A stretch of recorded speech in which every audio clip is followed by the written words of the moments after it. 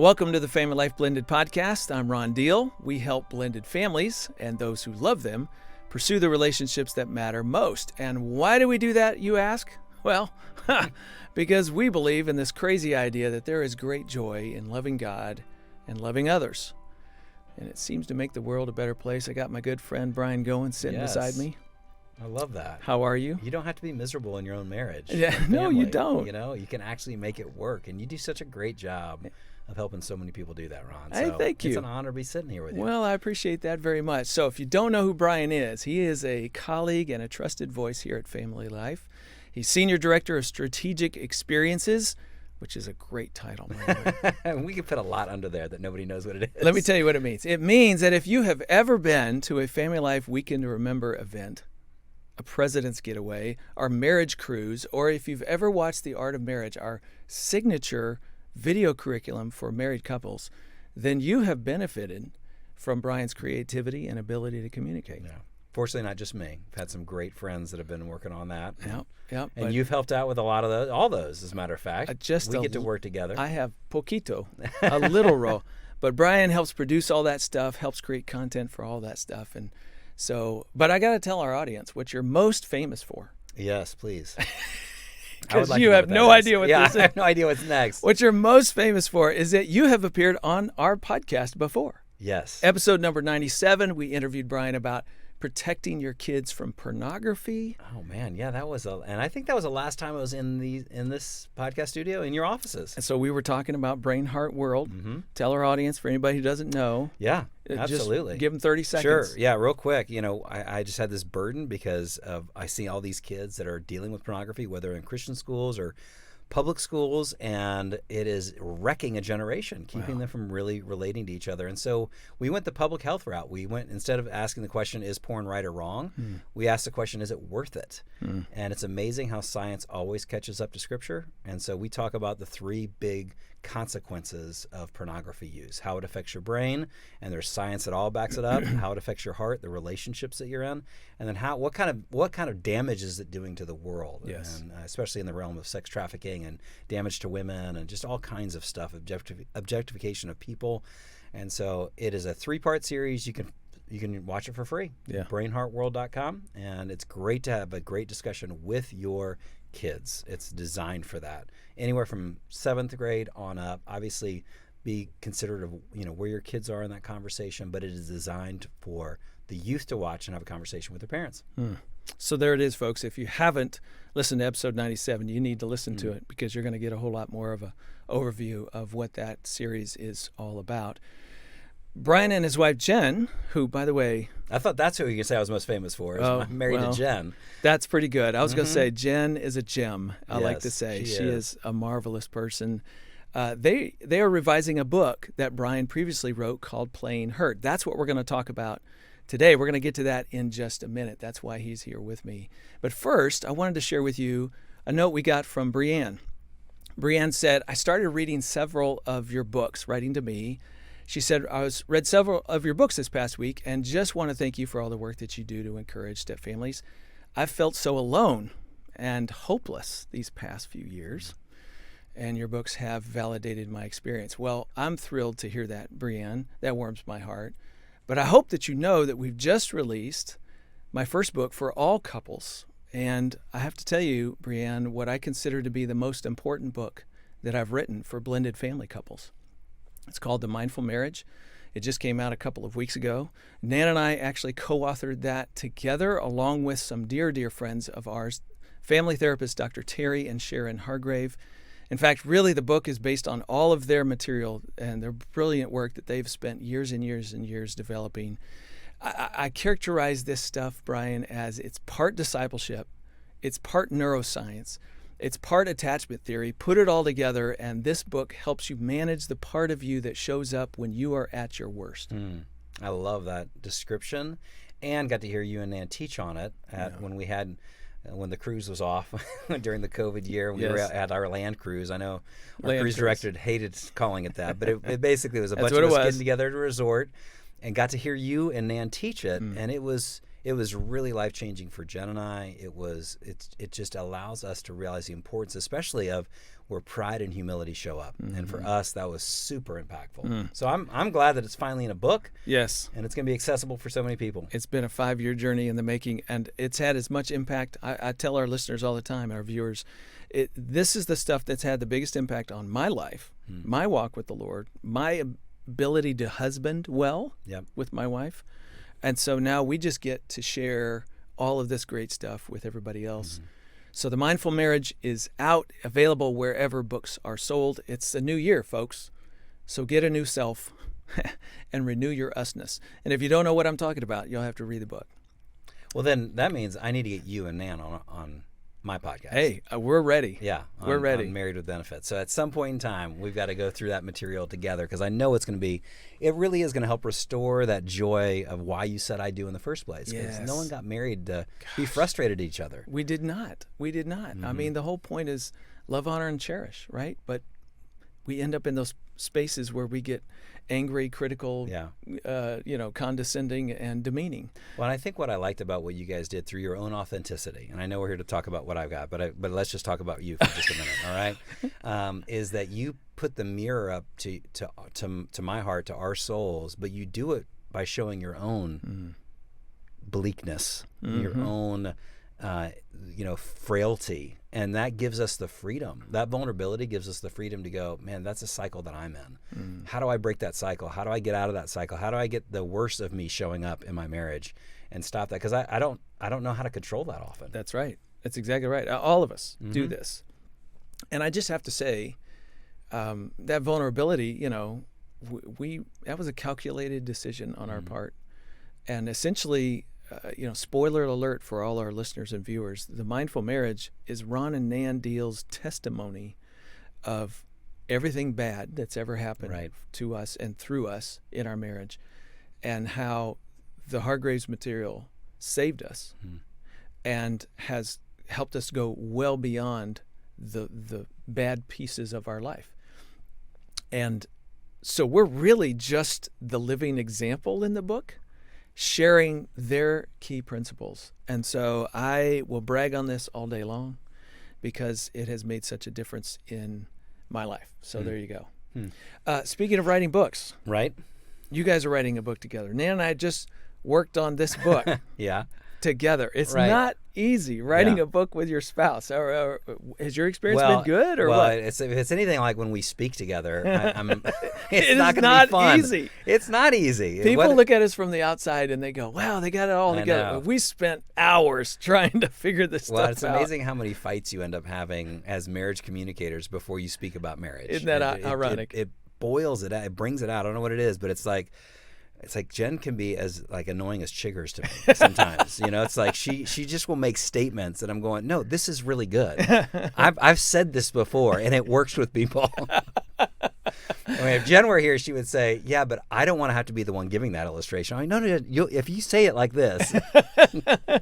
And she gets a little irritated. No, fairly so. And so, we're working on this. And what's neat is, this book has been out since, 2011. I can't stand the cover. I've always said that. Even when it came out, I didn't like the cover. I don't know if you've had that experience. Yes, I have. When it's like, but the publisher knows best. Hey, that's right. And people don't always realize the author really doesn't pick the cover. No. We don't even really pick the titles oftentimes. I'm looking at this cover and it looks like, you probably can't. I don't know if people can see it. Yeah, but it looks like it up there. It looks like you got a Hallmark movie cover on here for this. And it's, I don't know, old locker room. It's got a terrible font. Anyway, the font might be coming back right now. But anyway, I wanted to do it just to redo that. But then the publisher was like, what would be great is, even though it's mainly written for guys, I've had a lot of women read the book. And I think what they're trying to do is, what would Jen's perspective be on this? Yeah, that's good. And so to get her perspective on how this principle or how this idea affects her in the marriage, and what's good about it, what's been hard about it, and just be vulnerable. And so that's what we're working on. And so I don't know when it's going to come out. We've got a lot of work to do before it comes out, but it's going to be a revised, updated edition with her thoughts in it. Did you get to pick the title?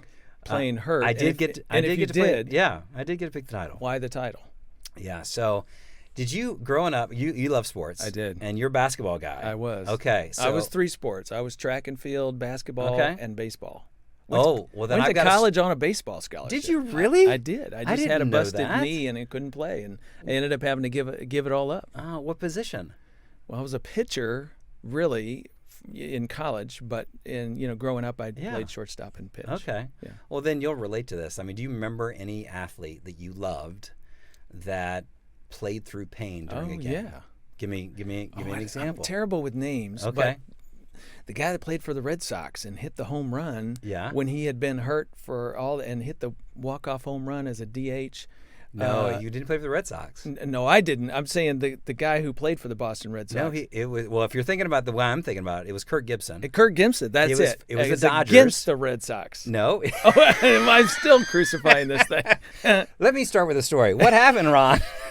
was Kirk Gibson. Kirk Gibson, and it was the Dodgers, Okay. and it was against the Oakland Athletics, and Okay. it was against, and this goes Well, way I really back. This really dates, killed that. Well, it goes way back to the '80s. I'm not a huge baseball guy, but my dad was, and I wasn't even really a Dodgers fan. But we were watching. It was Game 1, I think, of the World Series that year, and he was going. And Clint Eckersley was the closer, and no one. That's right. No one was able to shut him down. Like he fantastic. was rock solid. And Kirk Gibson had the stomach flu, and he got hurt in the previous game, and so his legs were really messed up. Like he had really messed up one of his legs, and so in batting practice he could barely stand. So he hadn't played the whole game, and it was coming down to the bottom of the ninth, 2 outs. The tying run was on base. Yep. But the pitcher was about to come up, and so Lasorda, remember Tommy Lasorda? Yes. He looked down and was like, the pitcher can't hit. I mean, it's done. We're done. And so Gibson goes, put me in, coach. I'll play. I did not know he volunteered. He could barely stand. Wow. And so they were like, you're not gonna. And he's like, I'll get a hit. And so he goes out there, goes down immediately 0-2. Somehow struggles back to get the kid to a full count of 3-2. And then somehow all upper body strength cranks back after Eckersley throws that slider, and he sends it to the cheap seats. My dad is crying. And I don't even like baseball, but I'm cheering, and he runs around the bases. Remember this? Yes, and he's pumping his arm. Now every guy that gets a double in softball does this. It's like, seriously, every guys, church league guy. Yeah, you need to stop. You don't own that. Well, I think even I think I was 8 years old at the time, and I think even at that young of age, I was like, I started admiring men that were willing to play through pain when the game was on the line. I'm a big basketball guy, so Jordan was my favorite player, so I watched the Bulls. Yep. Game 5 against the Jazz, he had some flu. athletes and stomach flu. He got the stomach flu. If the Jazz had won that game, many people said they probably would have won the whole series. Now, I don't know that you could prove that with Jordan, but the momentum was going in their favor. They thought with Jordan being sick, this is the time to pounce. They did everything they could. They still could not stop him. 38 points, played through it all, collapsed in Scottie Pippen's arms at the end of the game, and they won, and they ended up winning in 6. And I just was like, man, and I love stories of military history where men have been shot, and they carry the guy back to the line into the trenches. And isn't that every action movie that's ever been made? Action movie that's been done? And keeps going. And as guys, for me, whether it's the boardroom, the battlefield, or the basketball court, I'm willing to play through a little bit of pain if it means the game's on the line. But what I found in marriage soon after I got married is like I get a little bruised ego, I get a little starved libido, and I want to find the bench. And I can sulk with the best of them. I can pout. I can get angry. Yep. But that's the moment where when you look at Ephesians 5 and God says, and Paul says, husbands, you're to love your wives like Christ loves the church. And then what's the example that he gives? The example that he gives is Christ dying on the cross for the church. And so you sit there and go, that's actually when I need to be in the game, is when I'm most feeling pain from my spouse. So that's where it came from. Yeah. Playing hurt is like, am I willing to play through pain? Because that's the ultimate test of love. There's a lot of people listening right now going, yeah, I know my hurt. We're all very intimately connected to our pain and our hurt. Yeah. And we know what it does to us and how it shuts us down. Step parents listening right now, and they're going, yeah, I don't know why I'm trying anymore. It just feels like everything I do gets pushed Especially down. I would imagine with like your stepkids, when it's like you keep trying to love, right, and they they shove you off, they stiff arm you, they're snide, they're critical, they're sarcastic. Every parent, I think, biological parent, has a season with at least one child, if not more. We've had ours. Yes, we've had ours too, and we've talked about yours and ours. Yep, they were both working their stupid out in college. That's right. That's right. And I'm so thankful that stupid came to an end. Yes, exactly. But it happens, and you just feel like I have no voice at this moment in time. That you feel so helpless and powerless. Yeah. And those are moments where, you just want to throw up your hands and kind of quit. Yeah. And I kind of think, I don't know if this is true or not. I don't want to do generalities too much, but I do think for men, we're tempted to quit more so than women are. Yeah, obviously I haven't run the stats on it. I can say what's true for me is that in my marriage, I will pout and sulk far more than Jen will. And I know Shanti Feldhahn did some research on like the Fantastic five things that a husband could do for a wife that have been proven by science. And one of the top 5 things for a husband, that the little things that he can do to show love for his wife, is that when he gets into a bad funk or a mood, he pops out on his own. Like he comes out of it on his own. It's not the same thing for a wife. Like that's not. And so it just makes me think there's something about us as men when our pride gets wounded, or when we get hurt, or when and maybe it even is something neurological, like we can't process that pain as well as women can. And again, you've actually been trained in this field, so you know more than I do. But I think that's probably true, is that for most guys, there's something about relational woundedness that's different than if I've been hurt physically. Yeah. Well, one of the things we do in this book, The Mindful Marriage, is outline how we typically respond to pain. And I don't want to get into that too much now, but one of the things that we do is retreat.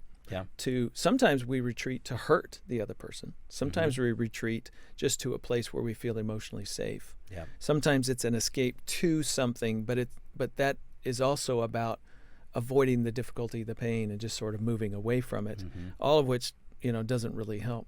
But let's come back to this idea, because I really like it, of how do I find the, gumption, the trust, the resolve to stay in the game? Yeah. Well, I think the thing for me when I was looking at Ephesians 5, because this really is just my book, more than anything, it's just walking through Ephesians 5. And mainly to all the pastors that were the husband. So I'm not dealing with verse 22 where it's talking about the wife submitting to the husband as to the Lord, because it's like that's to the wife, that's not to me. Right. So I'm looking at what the husband has to deal with, and I think if I were to ask most men, most husbands, do you love your wife? They'd be like, well, yeah. And then I would say, well, why? And then I think they kind of like. There almost be just like that doggy head tilt, just why are you asking me that question? Because I think early on in my marriage, if you were to ask me, why did I love Jen? Well, it's because, and especially on my wedding day, it's because she laughed at my jokes. I loved her sense of adventure. She wanted to go on adventures with me, and I really wanted to get her out of that dress. Like that was my honest reasons. That's all about her performance towards me. If you think about that, why? Right. What she does. How does she make me feel? How does she, I love being around her. And that was all true. That's all good. And there's nothing wrong with that. But you and I both know, after a few years of marriage, they stop laughing at your jokes all the time. They don't always want to go on the same adventures you want to do. And they definitely don't always want to get out of the dress when you want to get about. At least, that was our experience. And so then you get forced with, well, now what's your why? Well, because that's what I'm supposed to do as a good Christian husband. And I think that's where most men end up spending the rest of their married life. Is at a sense of obligation. And I found that obligation without a real clear why, or without a real clear purpose, it always leads to drudgery, and drudgery leads to death, like a slow death. Absolutely. It leaks out over time. Resentment, bitterness. I don't really know how to deal with this, but I know that as a Christian, I'm forced let's just stick it out. Sounds like I'm trapped. It does, and it feels that way. Yeah. And so what I love about what Paul says, because Paul does say, husbands, love your wives as just as Christ loved the church and gave himself up for her.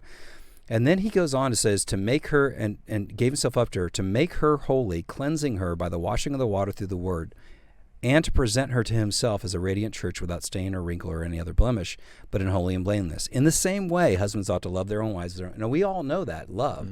But what we miss in all of that is he's kind of presenting this image of a wedding, and where the Christ is washing the bride, getting ready to present her to himself. And as I got into research about that, what I'm realizing is that what Paul's doing is he's giving the why.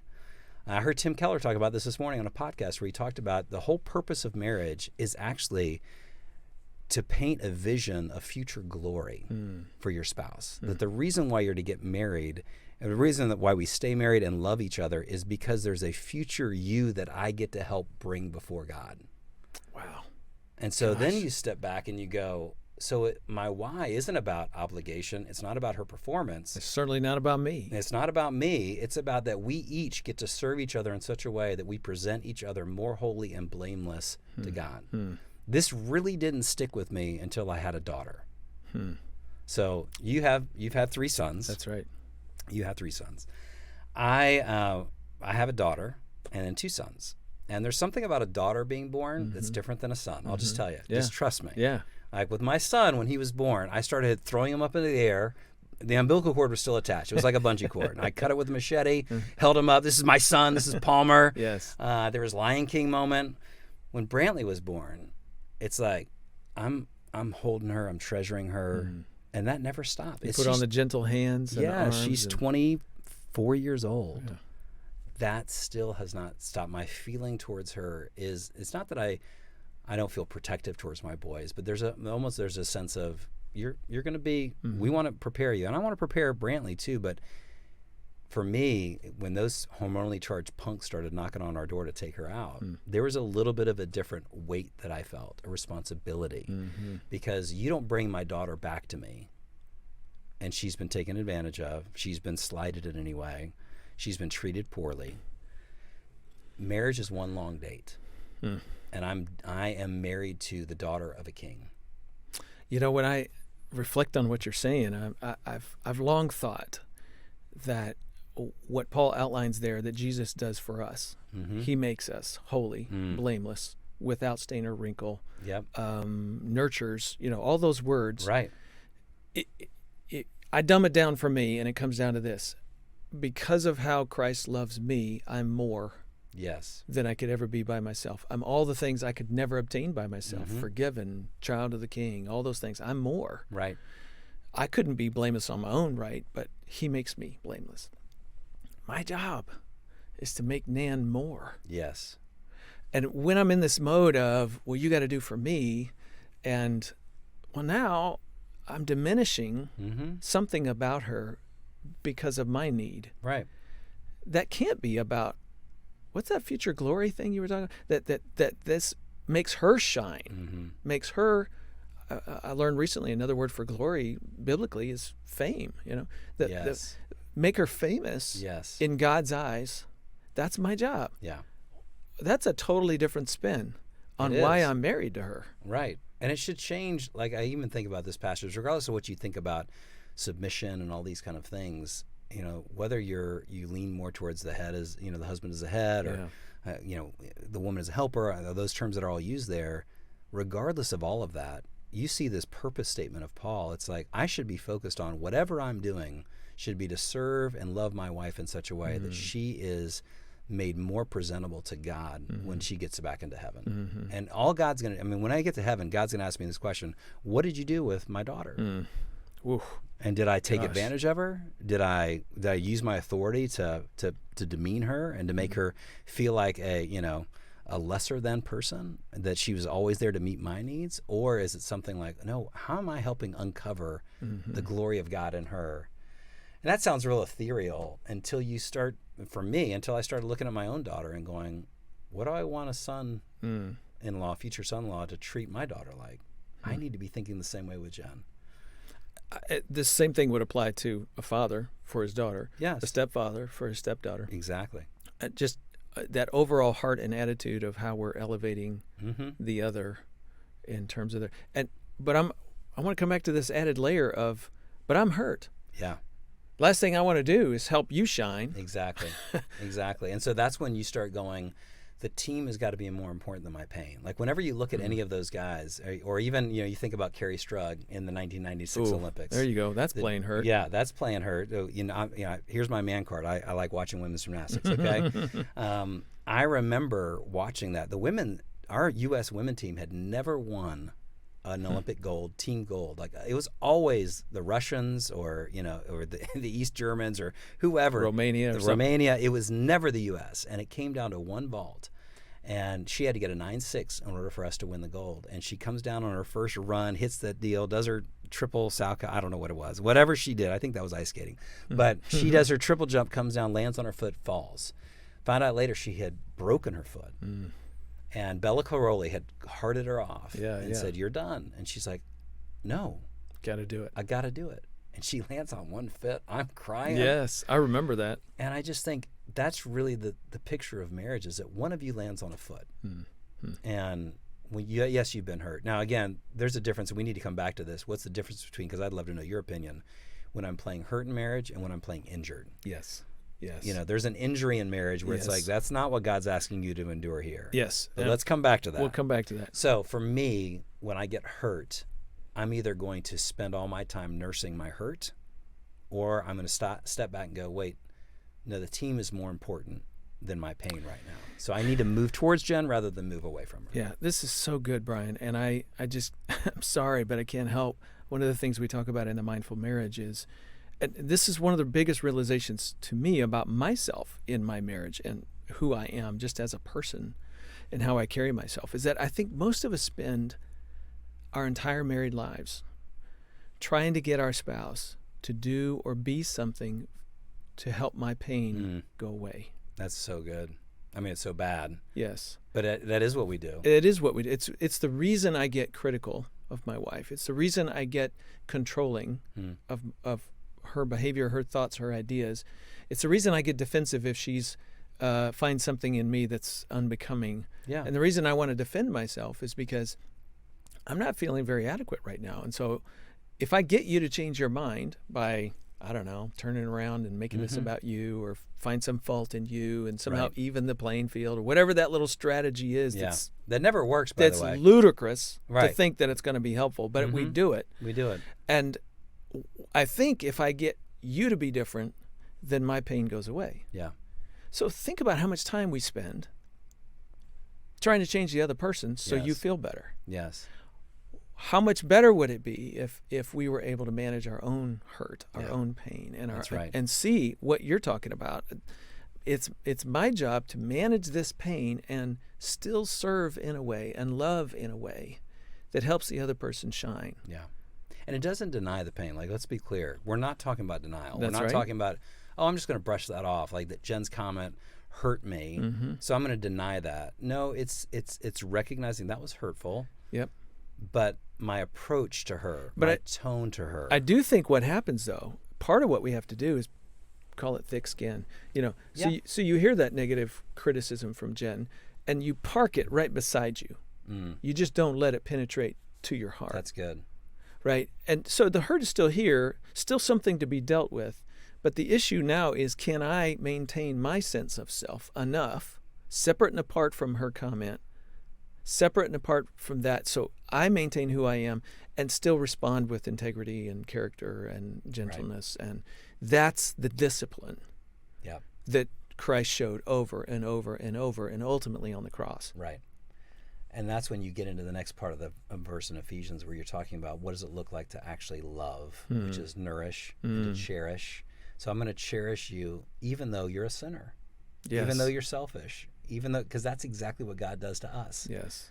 Is that we hurt him all the time with my thoughts, with my negligence, with all the things that I do in a day. And God's going, that pain is over here on the cross. Like you just said, I parked that pain over here, and I'm going to approach you, and I'm going to help you actually become a better version of yourself than you could have done on your own. And I think for Jen, like for me and Jen, I think I realize how infantile my love has been, and how infantile my view of love was when I got married. That it really was about me, and it really was about how her role was to help me feel better. And I think that's how most of us come in, that we don't have that bigger vision of glory. I will say, I think about the step couples that we work with. I got married at 19. Was my love immature? Oh my gosh! I look back now, I was an idiot. I had no idea what it looked like to love well. Yeah. Right. immature out the wazoo. You learn a few things over time.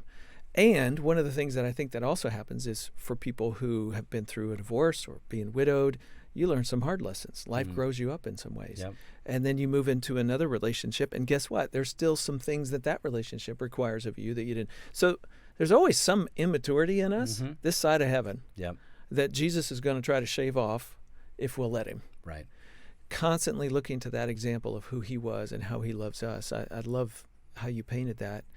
I know one of the other core texts in this book, Plain Hurt, is Philippians 2. What is it in there that helps us to play hurt and love well? Yeah.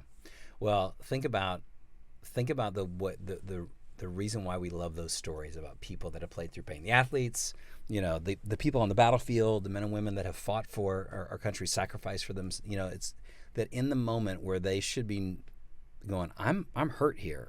I'm shot, I'm wounded, I'm whatever it might be. They don't look out for their own interests, but they look out for the interests of others, which is Philippians 2. It is all about having the mind of Christ. And I just don't think we bring that mind. I'm more mindful of my pain than I'm mindful of what Christ would do in this moment. And that's when I got the conviction and started realizing that God is so. When I start reading those two passages, Ephesians 5, Philippians 2, you go, yeah, my mind does need to be transformed, is what Paul says in Romans 12. Yes. It can't just be conformed into this idea of I'm gonna think about my pain so much and hold on to it so much until you come around to my way of thinking. Like at some point in time, I've got to let go of that, release that. Again, not ignore it, but move towards my wife rather than move away from her. Looking out for the interests of others. A couple things about that. Paul, number one, says, look not only to your own interests. He doesn't say, ignore them, right? Ignore yourself. What do you think? Do you think there's self-care is an important element to being a good partner? Yeah. Yeah. Yeah. I mean, Good. Jesus modeled that. He's stealing away, Absolutely. having time to himself, looking at how he makes sure he's fed, how he's makes sure he's rested, all those kind of things. Absolutely. Yeah. So that is a part of being a good husband, wife, parent, step-parent, is recognizing when you have a particular need and then taking steps to meet that need. Again, not necessarily requiring other people to meet your need. That's where we kind of get stuck, I think, is expecting too much from others as if they can fulfill that for us. But sometimes we got to take steps to look after ourselves, whether that's taking a break or finding somebody to talk to that's safe or whatever that might be. Refueling with a weekend away as a couple or whatever. I mean, all of those go into self-care. I wish I had done more of this when Jen and I were in moments of just disagreement. What my MO is, I retreat. Some guys, they fight. They come out and they still flee by getting angry and voicing it and then just running out of the room or whatever. Right. For me, I sulk, I pout, and Jen just kind of lets me do that, and we go to bed mad. I wish that I had the courage to have said more times, I know I'm angry at you right now. I know we're angry at each other. Let's get some rest and let's talk about it in the morning. Just to acknowledge, yes, I'm still in this. I'm still for you. I know I'm still going to pursue you. I'm still mad, but I'm going to move towards reconciliation. And I don't know about you, but if I say something like that out loud to my wife, it holds me accountable to it. It does. It's sort of like, now I got to live up to that. All right. Doggone it. Right. Why did I put myself in that? Now I got to live up to that. But that is an important thing to do. Otherwise, I may not live up to that. No. I may back away from it. Yep. Okay, can I tell you something really awesome that I discovered, just sort of happened upon not too long ago, that relates to this Philippians 2? Look not only to your own interests, but to the interests of others. Back in the late 80s, a guy named John Gottman, and I know you know who that is. Yeah. And if our viewers, listeners don't know who that is, he's considered one of the premier marital researchers in America, as published widely, the Gottman Institute, on and on it goes. There's a whole strain of ways of thinking about how to work with couples and improve marriages based on his research. He was the guy who in the late 80s published a book that said, we've discovered what predicts divorce. Yes. And we can predict it with 93% accuracy in the next 5 years, couples that will get divorced based on whether they do 4 things, right? So whether there's a lot of contempt and criticism in their relationship, if there's withdrawal by one or more of the partners and how often that happens, and then stonewalling is where you just sort of turn your back and say, I don't even want to engage you emotionally. The 4 horsemen of the... 4 horsemen of the apocalypse, That's they call them, because when you see these things in mass, the end is near. Yes. That's where that reference came from. Mm-hmm. Well, by the way, all couples do all four. Yeah. It's just how often and how much you do them. Right. That was his book. Seminal work. Everybody was like gangbusters over this. So much has been done since that first book came out. Did you know that 15 years after he published that book, he wrote another book in which he started the book by saying, we missed something. No, I did not. We missed another factor that leads couples to do the four horsemen. It precedes them. It predicts them. And if you don't get this right, then the four horsemen show up. Yeah. What's that factor? Trust. Ah. Without trust Right. in a relationship, you cannot. What you begin to do is withdraw because you don't Right. feel safe, Right. emotionally connected. So you withdraw, or you get critical because you're trying to get your partner to come closer, so you can trust them more. Trust. So he writes this book that's 500 pages long called The Science of Trust. And no one read it. And no one read it because it was so deep and thick Right. and all kinds of academic stuff in there. You had to be a researcher to really even understand half of it. But I plowed my way through. And not too long ago, I picked that book up again and started plowing through because I was looking for stuff related to our book, The Mindful Marriage, by the way. And in the middle of that book, I had forgotten that he has this whole chapter on, well, we decided to study trust, but we had to come up with a definition of what trust is in order to be able to quantify it in our research. And he goes on about all of these little discussions that he had with researchers, and they tested this, they tested that idea, and they did this preliminary Right. thing. And at the end of it, he said, we decided that what creates trust and the way you could measure trust is if I come to believe that my spouse is looking out for my interests. And he uses that word. He used those exact phrase that Paul uses in Gosh, Philippians 2. it's amazing how science catches up with truth, with God's truth in Scripture. He then goes on and basically says, when I know you have my best interests at heart, even though you're looking out for yourself, but I can trust you to look after me, that's what trust is. Yep. Philippians 2 and Ephesians 5, God said it a long time ago. He really did. And that's why in Ephesians 4, and you just think about it, the whole book of Ephesians, right? It was written to two groups of people in a church that couldn't get along. And so it has great application for marriage or family. But it's like the first 3 chapters are all about your standing in Christ and the fact that you've been, and then chapter 4, it switches in. We all have, we're baptized in one Spirit. So we can't do this without the Spirit of God. Right. We don't try this at home, is what I heard Tim Keller say. It's like this whole thing about how you even work marriage as husband and wife. You need the Spirit of God and the fruit of the Spirit in your life to make this work.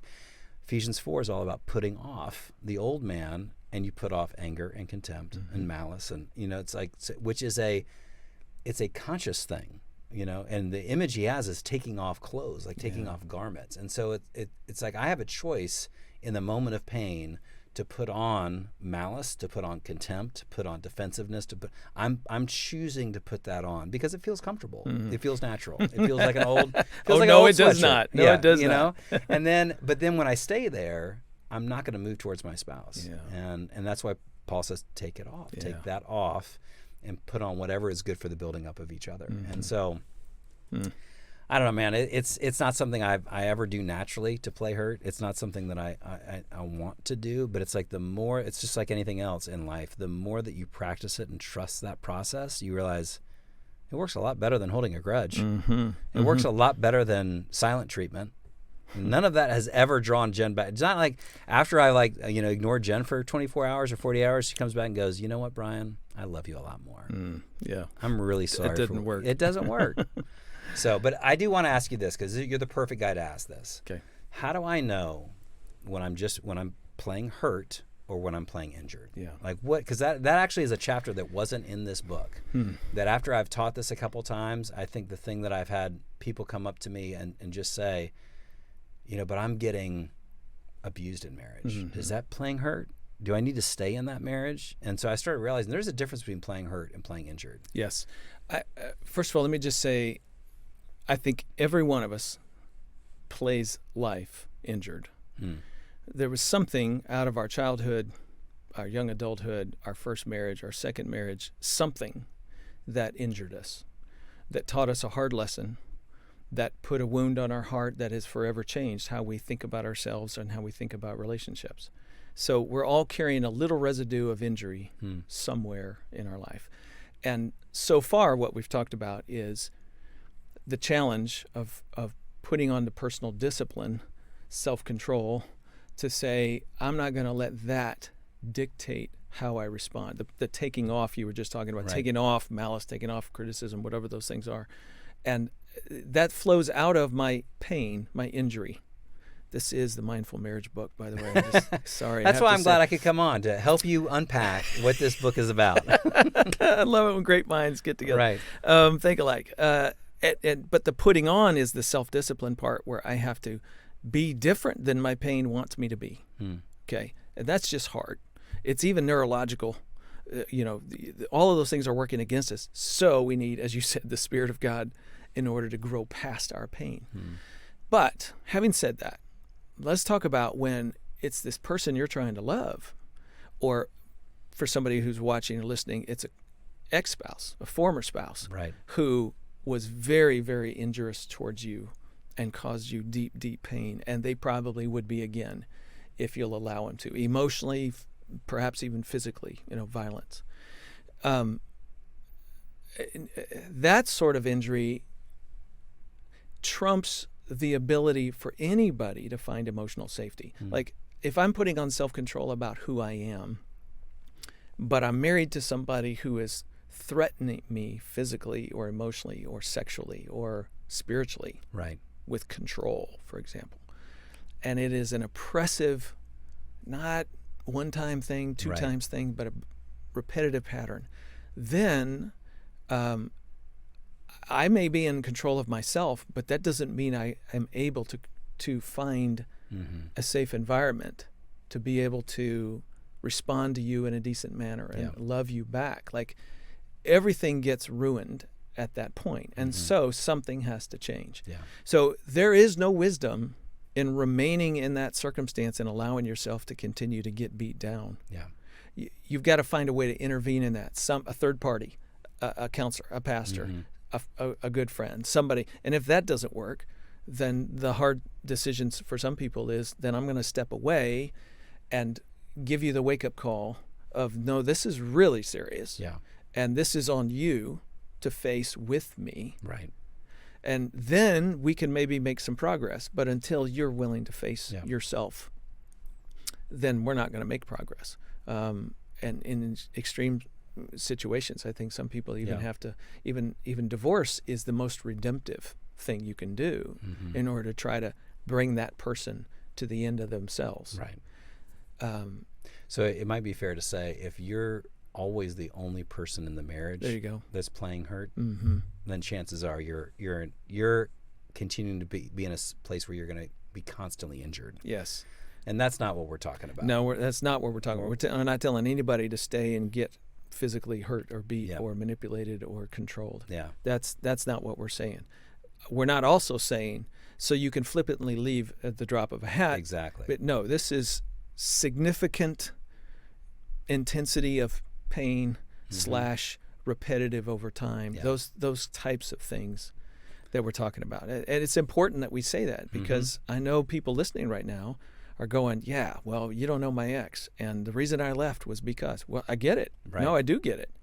And I also understand you've got to find a way through co-parenting at this point with that same person because you have children together. And that too is incredibly difficult, even though you're not married to them. And one of the best things you could teach those kids, that are being co-parented in that situation is that difference between making sure they learn how to set those same boundaries, right, to where they're not constantly being injured. Well, I love the Philippians 2 language because I think it has an application to what we're talking about. So consider not only your own interests, but the interests of others. Now, Paul's not talking just about marriage in that passage. He's talking about all relationships in every connection that we have with anybody, but specifically to a situation where it's with somebody that can't be trusted. They don't have your best interests at heart. You can look out for your well-being. There's nothing ungodly about that. Love your neighbor, what's those last two words? As yourself has legitimacy.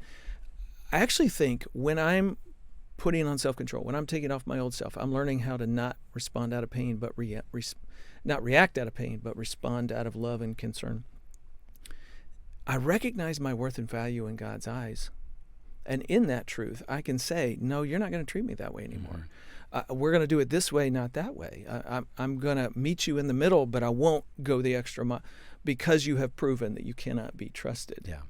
So there's actually an esteem that comes to the individual who finally gets you're a person of worth and value, and it's okay for you to insist that the other person recognize that. Yeah, that's good. You're not diminished in that space. You're actually elevated in that space when we get this right. And it's the best thing you can do for that person because they need to be confronted with their sin. Right. You know? It's a loving thing. It is. It's speaking the truth in love, and sometimes love has to have those boundaries for that safety. Because then the relationship can flourish. But without that safety and trust, it's not going to flourish. Man, this has been such a good conversation. While you're here, can I pick your brain on a couple other things? Sure.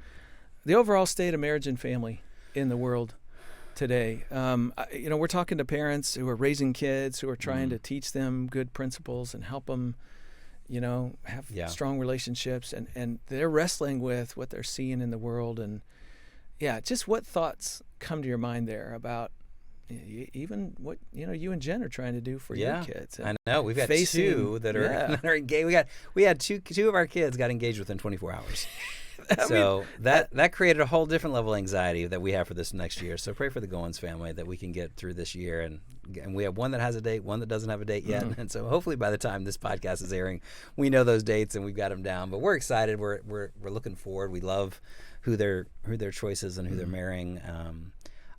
I think the thing that I'm finding is that I think because of all the no-fault divorce that we've had for the last, how many decades? Since the 60s. Yeah, long time. That I don't know that there's ever been a time in my life where I've seen so much hunger to know how relationships will work. Because since they've seen the fallout of, divorce and easy divorce, that there's been people that are going, they're cautious about getting married, but they're also ravenous for relationships that last.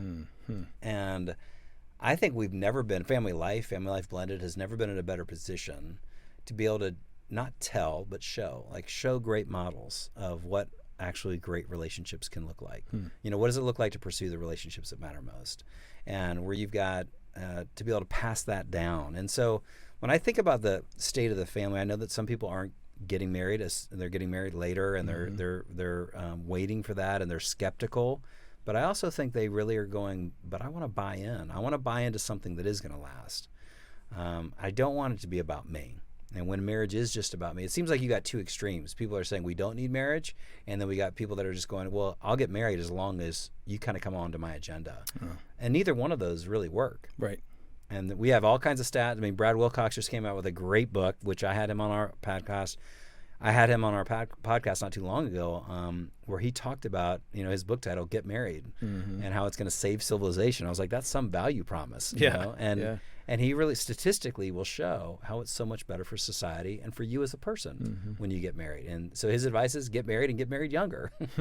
And so I'm going, man, when you see it done right, it does give you, it's God's way of creating an ecosystem for not only for you to grow health in a healthy way, to be able to become the person that you couldn't become on your own, but also for kids. At the same time, I agree with you. There's a great hunger out there for instruction, guidance. I kind of see the church fading away in terms of offering that guidance. I agree with you. And that's why I'm saying FamilyLife Blended, we're a nonprofit organization. If we can continue to help come alongside the church, you continue to do what you're doing in such a great way. I mean, I really feel like, Ron, you offer that hope that the church has really been silent on. You talk about church might have given some marriage advice, but to help blended families, it's such a essential role and space that God has called you into. Yeah. And so I feel like we are uniquely positioned. I want to see more marriage ministries doing the same thing, because I do agree with you. And why do you say that? Let me ask that first. Why do you feel like the church is growing silent? Well, some research has come out over the last few years. We've shared a little bit before on this podcast. 85% of churches don't spend a dime on marriage ministry. 85% don't spend a dime. Yeah. Another stat is, okay, well, do they do anything? Do they offer a class? They may not spend any money on that class, but do they offer a class or a workshop or a seminar or something, or a retreat for couples during the course of the year? And it's something like 74% of churches will do 1 or 2 or 3 of those a year, but no more than 3. So the vast majority do very little to help. So don't spend any money, and also don't offer many opportunities. That adds up to very little. Yeah. And there's so much more that the church could be doing, which is one of the things Family Life is all about, is equipping the church to do more. People just don't have to come to us. We really want them to be able to, their local church, to be kingdom-minded in that sense of relationships are discipling tools, and so can we take advantage of that? To that end, one of the things that we do, of course, is resource churches and leaders. You helped revise our Art of Marriage video curriculum. Yeah. And came out this last year in 2023, really launched and got out there. For somebody who doesn't know what that is, tell us about it. Yeah. So it's at its core, it's a 6-part video series on marriage, and it's kind of the basic foundational truths about marriage. And you can do it in a small group. You can do it as an event at a church. A lot of times we've got a lot of couples that will take 4 or 5 couples, go out to a cabin for a weekend and watch all 6 sessions. Some people use it as a small group, watch a session every week, and it's got a workbook that goes with it, one for him, one for her. And what I've loved, and you were a big part of it, Ron, you did a great job in it. And as one of our key voices, we have a multitude of voices, all from kind of different backgrounds and different, different parts of the country and all that kind of stuff, even different levels of expertise. But it really is what I loved about the first Art of Marriage was that it had kind of a multi-creative aspect. It wasn't just one talking head, but you had all these, it's kind of like all these different ways of learning, all crammed into about 25 minutes. So it's 6 25-minute sessions. And what it does is it basically breaks down each session as a different word that we use of God's love. And when we actually mimic and model the love of God towards each other, the byproduct ends up being oneness, ends up being togetherness, ends up being usness, as you're using in the mindful marriage. And so we talk about, there's 3 Greek words, 3 Hebrew words, and we just walk through each one of those. And so you're going to learn a little Greek, a little Hebrew along the way, and you're going to learn about... and learn how to do it. And learn how to do it, and learn how to apply. How does God show his love towards us? Yeah. Now, how do I show that love towards my wife, towards my whether you're in a blended home or not, towards my kids? It doesn't just apply to marriage. It really is. It's a great biblical discipleship of God's love. It really is a great series. You did a marvelous job overseeing and producing. I'll just tell our audience, so many different uses. You mentioned the different formats. Get creative in how you take advantage of this resource and utilize it. Even use it. Help your kids come to understand something about relationships as they face this big bad world out there that wants to. And we've got animations and dramas, and it's a unique deal. And it's for all couples, but we have blended family sidebars built into the workbook and the manual with every session, and so there's something in there. And I'll say this: if you have Right Now Media, you can stream it on Right Now Media, but you want to order the workbooks because our team did just an incredible job of putting it. They're beautiful. We really leaned into the whole art idea that if God is the original artist, every artist has a intention for why they create something, right? And so God had a design for marriage. What would that design look like? Why did he do it? And so I love the workbooks. They're probably one of my favorite parts. It gives you all the questions, not just for you in a small group, but we also have a section for you on how do I apply this at home. And so we have date night questions that you can, so I don't have to think about my next date night. We go out, we have a couple questions that we can talk through that'll help us go a little bit deeper with each other and draw us closer together. So good stuff. And I appreciate you. You did seriously, some of my favorite wisdom is some of the stuff that you offered. And so there's a lot on the cutting room floor that we really need to figure out what to do with because it was so good. Well, thank you. I appreciate that. It was fun to be a part of it. Yay, God. Yeah. Brian, man, thanks for being with me today. No, I look forward to it, man. So again, your claim to fame is being on the Family Life Blended podcast 2 times. 2 times. Are there any 3 or 4 timers yet? Yeah, Gayla Grace has been on a whole bunch. So that's true. Yeah, That's true. Yeah, she's in a different category. Yeah. Do you get like a coat after like 5 times? No, Oh, you don't. that's too bad. Hey, if you want to learn more about Brian and the work that he's doing or the art of marriage, just check the show notes. It's going to tell you all about it, get you connected. Take a minute, if you would, as a listener or a viewer, to rate this thing, share a comment, post this episode on social media, let others know about what we're doing here. Maybe it'll be beneficial for them as well. If you don't know, we are a donor-supported ministry, and we can't do this without you. All gifts are tax deductible. We appreciate it. Thank you in advance. And if you haven't subscribed yet to this podcast or on YouTube for the video version, please do that. We don't want you to miss anything. By the way, our Spring Blended and Blessed live stream is not too far away. Check the show notes for more information. I'm Ron Deal. Thanks for listening or watching, and thank you to our production team and donors who make this podcast possible. Family Life Blended is part of the Family Life Podcast Network, helping you pursue the relationships that matter most.